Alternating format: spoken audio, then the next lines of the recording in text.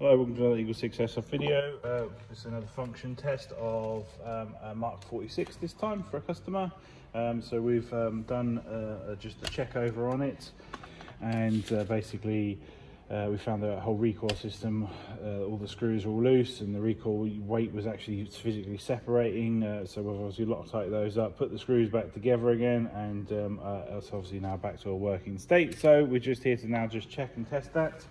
Just make sure it goes through a mag.